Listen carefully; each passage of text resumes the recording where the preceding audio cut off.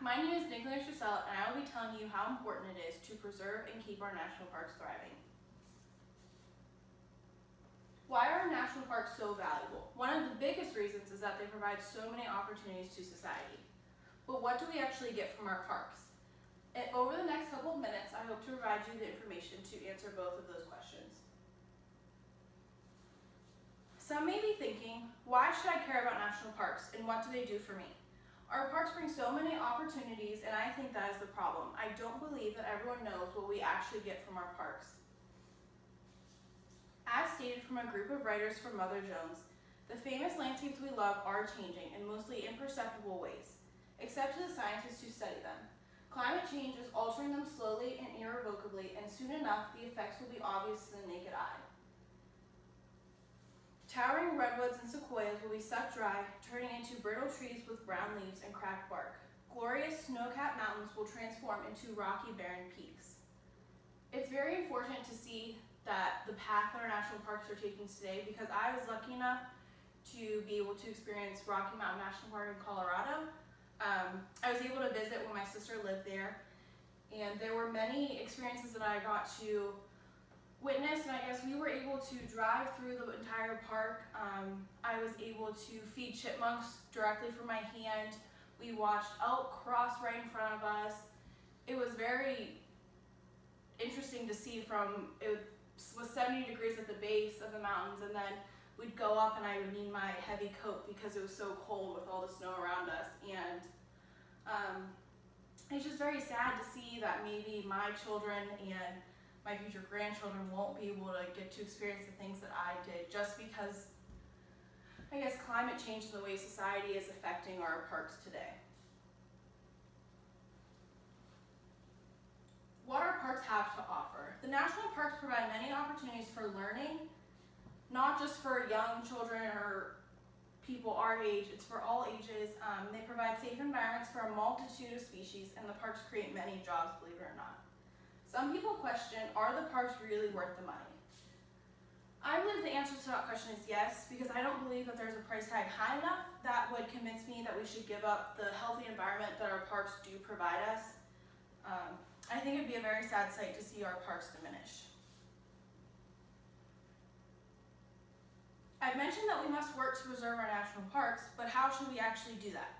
To start, the funding of our parks should not be cut, and we need to keep it maintained and make sure that it is sustained.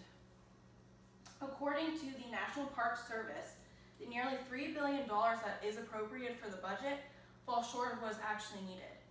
In May 2015, the Park Service said it had delayed $11.5 billion in necessary maintenance in 2014 due to the budget shortfalls.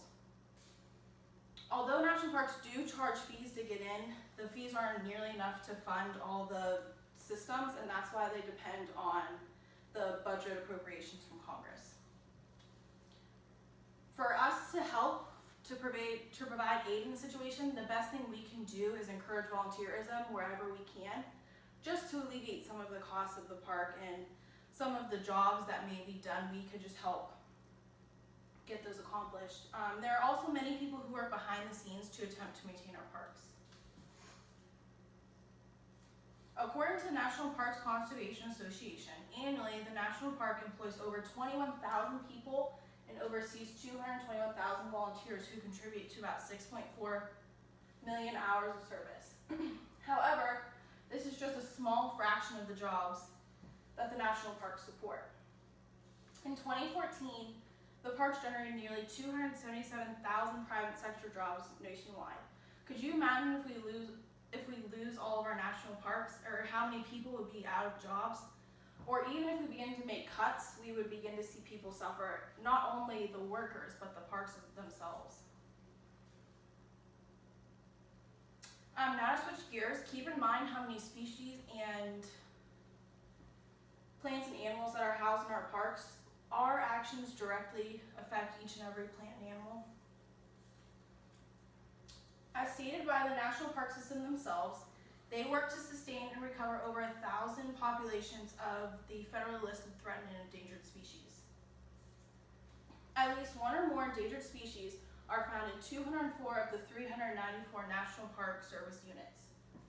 Our parks work incredibly hard to protect these species, so if we do not begin to aid the efforts, we will slowly lose the species to extinction. We often turn to the parks as a major part of learning and exploration, but if we lose the variety of species, what is there left to learn?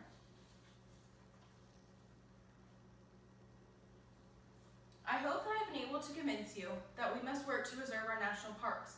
They provide us with so many opportunities and experiences, and it would be so sad to take those experiences away from our future generations. Once again, as mentioned by the National Park Association, national parks protect the best of our natural heritage, stunning landscapes, extraordinary wildlife, and majestic forests. Together with other protected areas, they form the basis of our economic and social well-being, attract millions of visitors annually, and help to protect the unique wildlife by acting as a refuge for threatened species. We must work together to preserve and maintain our precious parks.